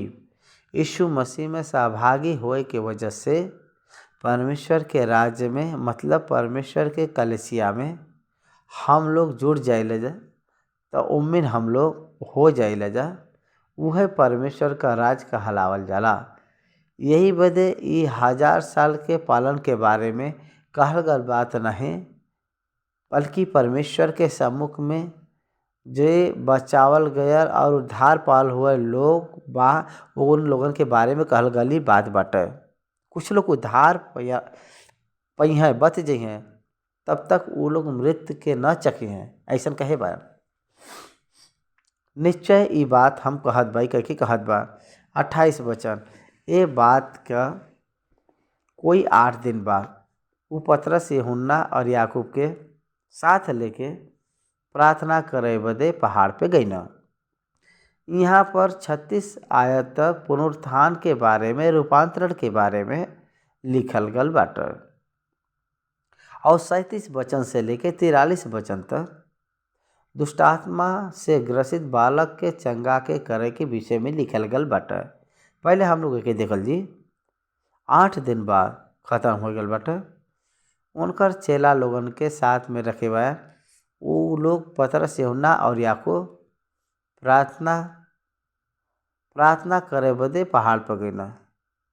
जब वो प्रार्थना करत रहना तब उनके चेहरा का रूप बदल गया और उनकर कपड़ा श्वेत हो के चमके लगा। और देखा मूसा और एलिया ये दोनों पुरुष उनके साथ में बातचीत करत बान। लूका कहत बयान उन लोगन का नाम पतरस है अंत प्रभु तोहरे बदे और ई मूसा बदे और एक एलिया बदे 3 मंडप हम यहाँ पर बनाए। ये प्रकार से कहे बा, ये प्रकार से पतरस यहाँ पर पहचाने बाने। हम लोग एके देख सकीला जा। ये जौन विषय बाटे मत्ती रचित सुसमाचार 17 अध्याय 1 से लेके 8 तक, मरकुस रचित सुसमाचार 9 अध्याय 2 से लेके 8 तक हम लोग देख सकीला जा। यह सेम वचन वहाँ पर भी बाटे। वो रूपांतर के पहाड़ के ऊपर में जब उनकर चेहरा रूपांतरण भरहर श्वेत के समान चमके लगा, उनके चेहरे का रूप बदल गया और उनकर वस्त्र श्वेत बन के चमके लगा। वचन मरकुस रचित सुसमाचार और मत्ती में भी हम लोगन के बतावत बाई वचन। वो लोग महिमा सहित दिखाई दे रहना, ये महिमा सहित दिखाई देना और उनके मरे का चर्चा करत रहना जौन यरूशलेम में होवे वाला रहा। यीशु मसीह के होवे वाला मृत्यु जौन क्रूस पर ओकरे बारे में डिस्कशन होत बाटे। पतरस और उनकर साथी नींद से परे रहना और जब अच्छी तरह सचेत भइना तो उनकर महिमा 2 पुरुषन के जौन उनके साथ खड़े रहना देखना। जब वो उनके पास से जाए लगना तब पतरस यीशु से कहना, हे स्वामी, हमार यहाँ रह भला बटे। अतः हम 3 मंडप बनाए, एक तोहरे बदे, एक मूसा बदे और एक एलिया बदे। हमरे जीवन से ई समस्या वाला के परमेश्वर के ही हम लोग सलाह दे ला जा। मनुष्य का प्रॉब्लम वह हवा, परमेश्वर का कौन सा अच्छा बाटे कौन सा बुरा बाटे हम लोग सलाह दे ला जा। हे प्रभु कौन सा अच्छा बाटे नहीं ये पूछी ला जा, लेकिन हम लोगन के का अच्छा लगला वो हम लोगन खुद ही परमेश्वर से प्रश्न पूछे ले जा। स्वार के पास भी लूत ऐसे कह रहना, पहाड़ के पास जा तो उस स्वर के पास जाए बदे कह रहना, फिर बाद में पहाड़ पर उगेना। यही बदे मनुष्य अपने आप के निर्णय लेला। यहाँ पर पतरस भी हम लोगन के यहाँ रहब अच्छा बाटे कहत बयान। का अच्छा बा का भला बाटे का परमेश्वर नहीं जाना ना ये बात के, वो लोग चलल जात बयान परमेश्वर से बात कह के। पतरस तुरंत कहत बयान, हम लोग यही ठिना रहल जी कह के कहत बयान। आपके बदे एक मूसा बदे और एक एलियाह बदे एक मंडप बनाई। वो ऐसा कहत बयान। का वो जानत नहीं रहना कि का कहत बा, वो सब कौन से माइंड में रहना बात तो करत बयान, लेकिन वो न जान के बात करत बान। ये सब सारा भी सेंस में न हो के वो सब बात करत बा। वो ई कहत रहना कि एक बादल उनके छाए ले और वो बादल से घिरे लगना तो डर गए ना, तो वो बादल में वो सब प्रवेश करना, बादल से घिर गए रहना। चेला लोग डर कर रहना ये देख के। तब एक आवाज़ सुनाई दिले सुमिन से, तब वो बादल में ई शब्द सुनाई दिले, ई शब्द निकलल, ई हमार पुत्र और हमार चुनल है इनकर सुनो। ई शब्द होत ही यीशु अकेला पावल गए ना और उ चुप रहना और जौन कुछ वो देखे रहना उनकर सारा कोई भी वो दिन में कोई से नहीं करना। ई जौन रूपांतरण जौने पहाड़ पर भ रहल उ जौन घटना का समय इनके जीवन में अनुभव भ रहल परमेश्वर पुनरुत्थान होय के आकाश में चल गए रहना इतना अनुभव रहल। ये विषय के बारे में उ लोग कभी भी कोई से डिस्कस नहीं करे रहना। के यकीन करी एलिया मूसा आ रहना ये बात पे के यकीन करी। अगर हम लोग कहल जी तो के विश्वास करी। का कोई यकीन करी एलिया कैसन बा, मूसा कौन समय के बा। ईस्वी पूर्व 1450 साल के पीछे मूसा का जन्म फल बाटा। एलिया आहाब के समय में रहना जौन राजा के पुस्तक में बा। तो निर्गमन के पुस्तक में जौन बा तो मूसा ओकरे बाद व्यवस्था विवरण में मरल गल मूसा। राजा के ग्रंथ में जौन रहना एलिया। कई सौ साल पीढ़ी में इनकर अंतर रहा। ये दोनों व्यक्ति मिल के आल बयान ध्यान दो। उ लोग एलिया मूसा कह के कह रहना उ लगन का ड्रेस कोड अगर ध्यान से देखे जाए और सुनाए जाए तो उ लोग जौन वस्त्र कोट पहन के जौन आ रहा महिमा में तो ठीक से नहीं दिखाई दे रहा। लेकिन उनके वस्त्र का ड्रेस कोट अगर हम लोग कह के सोचल जी तो वैसे कहे बदे न हो पाई। यही बदे आत्मा से उ लोगन के ग्रहण करे के चाहे। लेकिन उ लोग आक्रमण आत्मा से ग्रहण करके बात करत बा। पतरस आत्मा में ग्रहण करके वो बात करत बा लेकिन शारीरिक ओर से बात नहीं करत बा। यहाँ पर 36 वचन खत्म भइल बाटा। एक बार पढ़त भाई ध्यान से सुनो। वही कहत ही रहना कि एक बादल आए के उनके छाए ले और जब वो बादल से घेरे लगना तो डर गए ना। तब वो बादल में से ई शब्द निकलल ये हमार पुत्र है आ हमार चुनल है इनकर सुनो। ये शब्द होते ही यीशु अकेला पावल गए ना और चुप रहना और जन कुछ देखे रहना। उनकर कोई भी बात वो दिन में कोई से नहीं कहना। ओकरे बाद 37 वचन से लेके 43 वचन तक देखल जीता।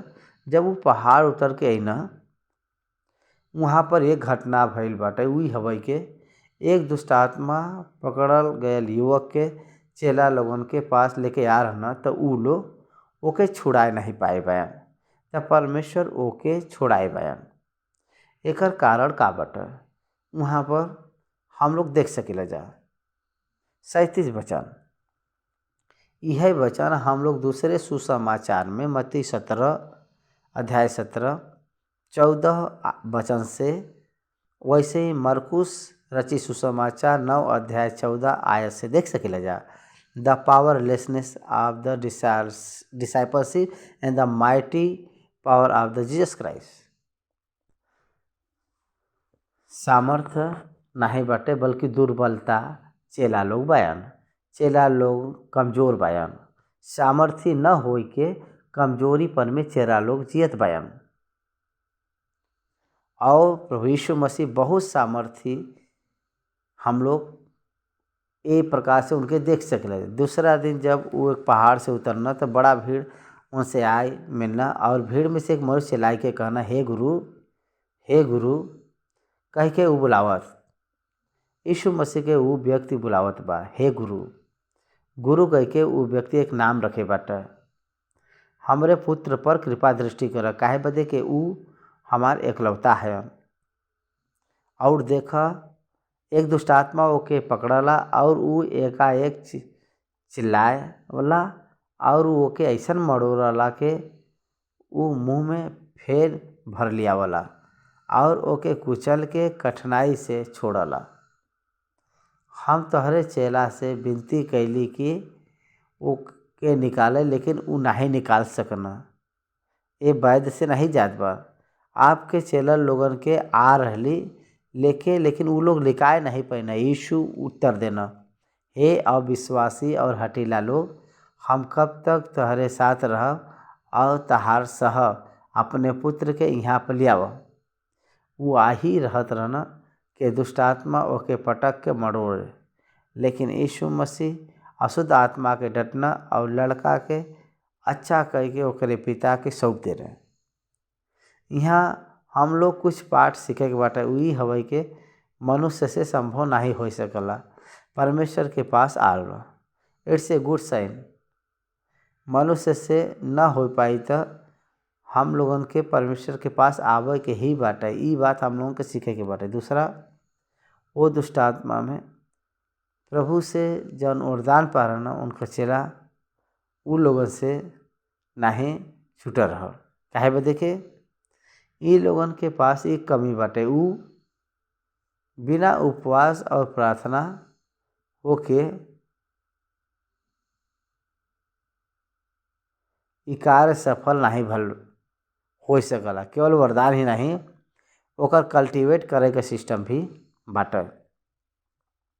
वो प्रकार से जे कोई करला वह लोग ओकरे प्रतिफल के अनुभव कर सकला। हम तोहरे चेला से विनती कैली कि ओके निकाले, लेकिन उ नहीं निकाल पाना। यीशु उत्तर देना, हे अविश्वासी और हठीला लोग, हम कब तक तोहरे साथ रहब और तहार हम सहब। अविश्वासी, विश्वास से ही कार्य होला, लेकिन वरदान से नहीं। याद रखें, वरदान विश्वासी के एक्सरसाइज होए के बाटे। पवित्र आत्मा का वरदान सबके देवल गल बाटे, लेकिन वो विश्वास से एक्सरसाइज कैले के बाद उमिन वो कार्य के देख सकला। ये बात हम लोगों के सीखे के बाटे। परमेश्वर कहवन हमरे पास लेके आवा, ये एक प्रमुख बात बाटे। जौन छुटकारा जे पावल चाहला वो प्रभु के पास में आवे के बाटे। पास्टर के पास काम न होई, प्रभु के पास आवे के बाटे। पास्टर लोग केवल इस्तेमाल होए कटोरा के समान होए, लेकिन परमेश्वर सामर्थी हैं ऊ कार्य करना। प्रभु के पास आवे के बाटे। कोई भी समस्या रहे तो हम लोगन के पास प्रभु के पास में आवे के चाहिए। हम लोगन के प्रभु के पास में आवे के चाहिए। प्रभु के पास आवे के बाटे। प्रभु ही ओकर सुलझाव करी हैं। जब प्रभु आवे बदे कहा न, उ जौन दुष्टात्मा और बहुत आयत से पटक के मरोड़े रहिल, लेकिन यीशु अशुद्ध आत्मा के डटना और लड़का के अच्छा कह के ओके पिता के सौंप देना। यही बदे आप ऐसा भी न सोचें कि छुटकारा नहीं हो सकला। आपका प्रभु आपके छुटकारा दी हैं, आपके निश्चय छुटकारा दी हैं। बहुत लोग चकित हुई हैं वो पिता के, वो पुत्र के, परमेश्वर वो पुत्र के देखे अच्छा कह के ओकरे पिता के सौंपे बया। उनके परिवार में दुख के स्थान में आनंद के भरे बा। तब सब लोग परमेश्वर का महासामर्थ से चकित बना। ओकरे बाद हम लोग 44 वचन से देखल जाता अपने मृत्यु के विषय यीशु को पुनः भविष्यवाणी करे का 44 आज से हम लोग देख सकते। अब हम लोग पढ़ तू ये बात पर काम कर, काहे बदे मनुष्य का पुत्र मनुष्य का हाथ पकड़ावल जी हैं, पकड़ावल जाए के बया। लेकिन वो ये बात के नहीं समझना और ये बात उनसे छिपा रहल कि वो जाने नहीं पहले और वो ओके बात के विषय में उसे पूछे से डरत रहना। देखो यहाँ पर सब लोग वो सब काम से वो संभात रहना, तो वो अपने चलन से कहना तो ये बात पर काम रह काहे बदे मनुष्य का पुत्र मनुष्य के हाथ में पकड़ावल जाए के बाया।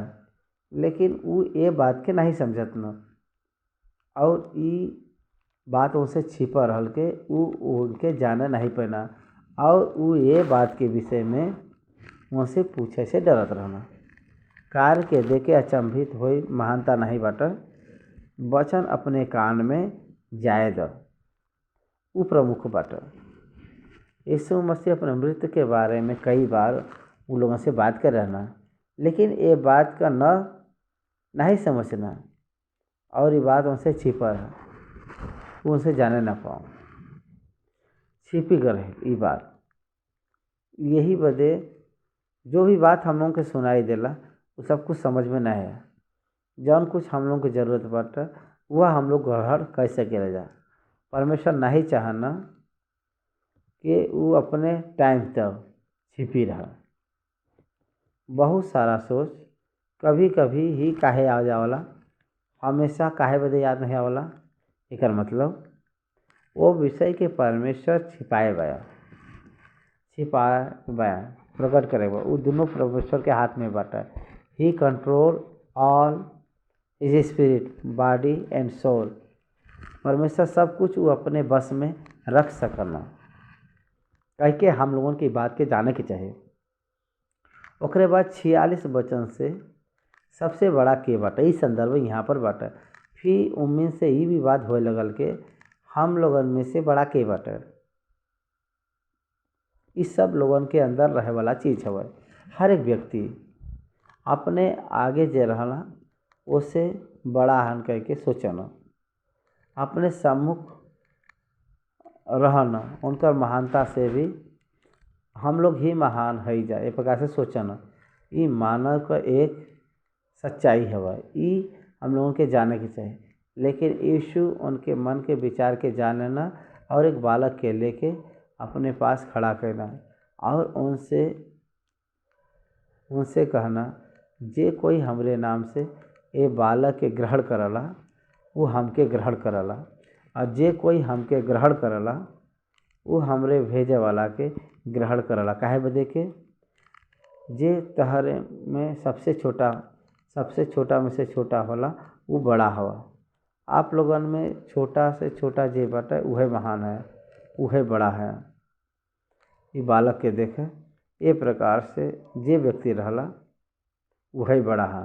कह के कहत बा, हमरे नाम से जे कोई ये बालक के ग्रहण करला वो हमके ग्रहण करला, जे कोई हमके ग्रहण करला हमरे भेजे वाला के ग्रहण करला।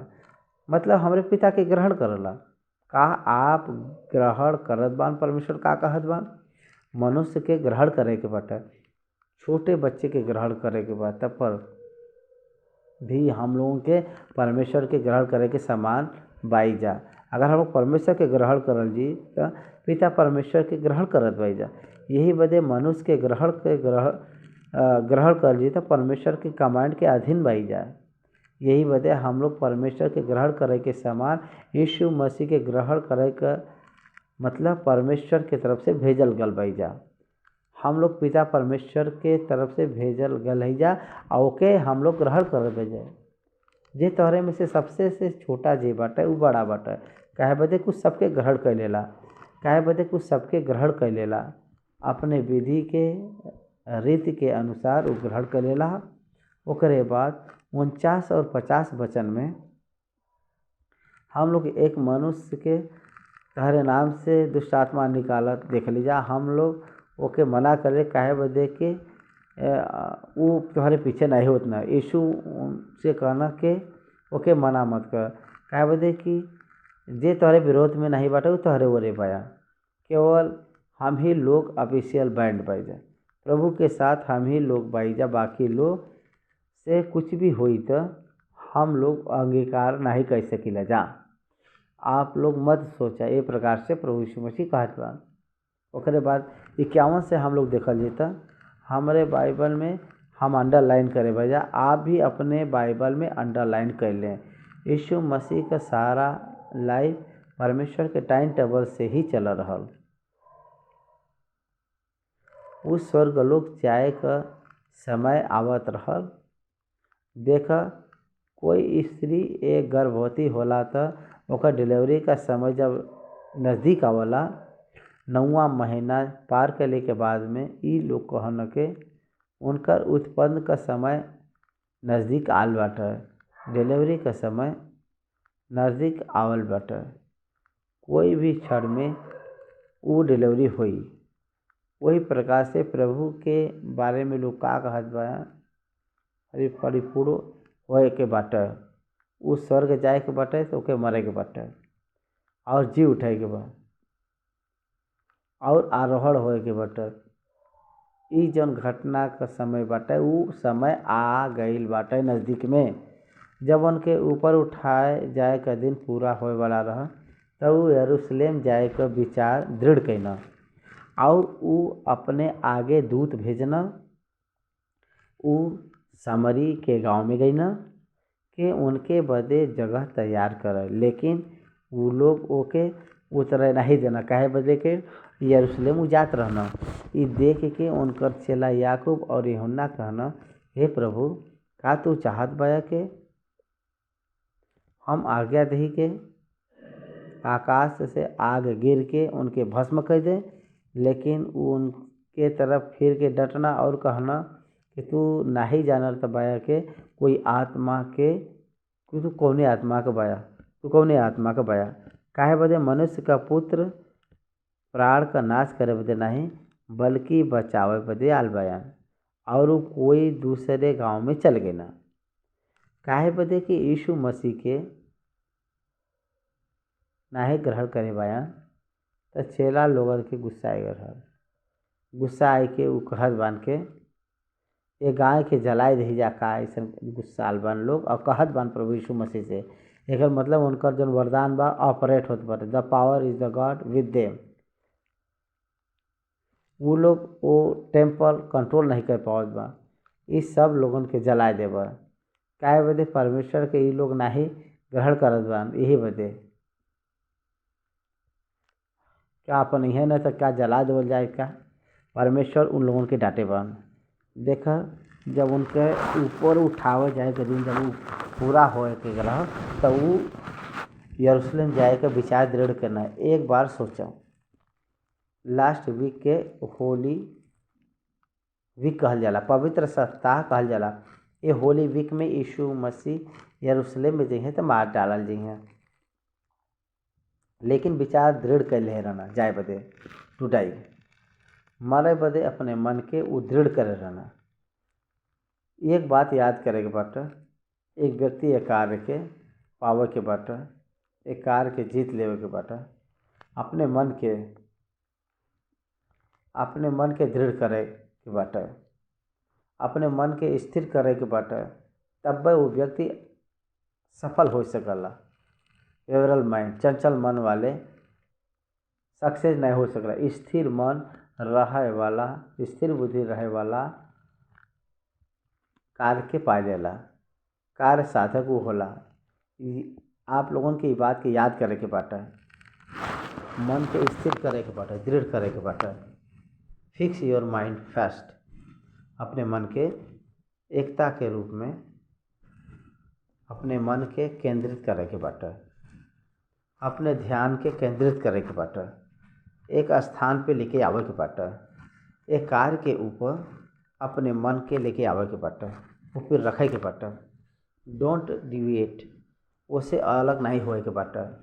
वो लोग और कोई दूसरे गांव में गई ना, चल गई ना।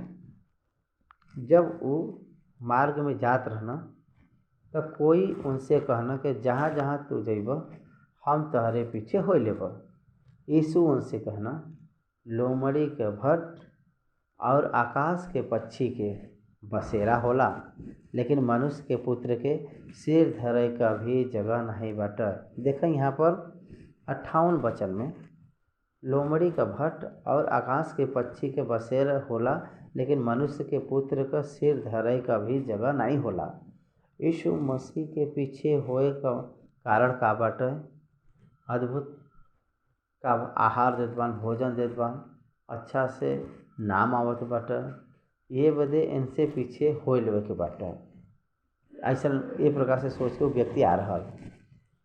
अब भोजन नहीं बाटे, सिर धरे के जगह नहीं बाटे। जब प्रभु यीशु मसीह कहना ही डिडंट फॉलो, आकाश के पक्षी के लोमड़ी के सिर धरे के जगह बाटे, लेकिन हमके तो नहीं बाटे। जब वो कहना तो हु विल फॉलो ही, तो उनके पीछे के हो ले ही कोई नहीं। यही बदे यीशु मसीह के पीछे अगर होए के बाटे तो भोजन के बदे, निवास के लिए बदे नहीं। आज बहुत लोग अपने जीवन के चलावे बदे सेवकाई में आवत बा। It's not good the site of the God, वो सही नहीं बाटे। वो दूसरे से कहना कि हमरे पीछे होलो, वो कहना हे प्रभु हमके पहले जाए देके अपने पिता के हम गाड़ दे। वो उनसे कहना मरे हुए के अपने मुर्दा गाड़े दा, लेकिन तू जाए के परमेश्वर के राज्य का कथा सुनाओ। देखा यहाँ पर कुछ व्यक्ति के बारे में बात करत बा। प्रभु के पास एक आवे बदे कहत बा। उसे का कहत बा? आकाश के पंछी के बसेरा बाटे, लोमड़ी के भट्ट बा, लेकिन हमके सिर धरे का भी जगह नहीं बा कह के कहे बा। तो वो चुप हो गए, पीछे चल गए, पीछे मुड़ गए। लेकिन एक व्यक्ति से हमारे पीछे हो कह के कहत हमारे पिताजी का देहात हो गया, ओके समझ दे दा, ओके छोड़ द, और तू हमारे पीछे होइला कह के कहत बा। हमारे पीछे होइला जब कहला तो वो नहीं आया। और एक व्यक्ति बाटे, एक और व्यक्ति बा, वो कहना हे प्रभु हम अपने तुम्हारे पीछे होइले, लेकिन पहले हम अपने घर के लोगन से विदा लेके आ जाई। यहाँ देखो, यहाँ अपने घर वालन के नहीं छोड़ पावत बा। ये अपने घर वालों के नहीं छोड़ल चाहत बा। अब्राहम से तो कह रहा कि वही अपने घराने के छोड़ द। I must conserve with my family then I come. कितना प्रकार के मनुष्य बा। प्रभु कह रहे न उनके, यीशु उनसे कहना जे कोई आपन हाथ हल पे रख के पीछे देखला वो परमेश्वर के राज के योग्य नहीं होला। परमेश्वर का वचन बहुत स्पष्ट रूप में ये बात हमके बतावल। यीशु मसीह के ऊपर विश्वास कर के पीछे होले के बाटे, लेकिन कभी भी पीछे मुड़े के नहीं बाटे। प्रभु के सेवकाई में जे आवला वो फिर मोड़ के नहीं, हल के ऊपर हाथ रख के पीछे मुड़ के जे कोई देखी परमेश्वर के राज के योग्य न हुई। यीशु मसीह इब्रानियों के पत्री 12 में लिखे हुआ विश्वास का करता यीशु मसीह के देख के चले के बाटे, लेकिन प्रभु के पास अले के बाद में फिर दुनिया में मिले के बाटे तो न हुई। यही बदे आपका विश्वास के आप एक अच्छा तरीका से अच्छे रीत में स्थापना करेंगे बाटे, न कि अपने इच्छा के अनुसार। ये प्रकार से परमेश्वर का वचन यहाँ पर बतावत बाटे। यहाँ पर हम लोग 9वां अध्याय के ख़त्म करे भाई जा। धन्यवाद।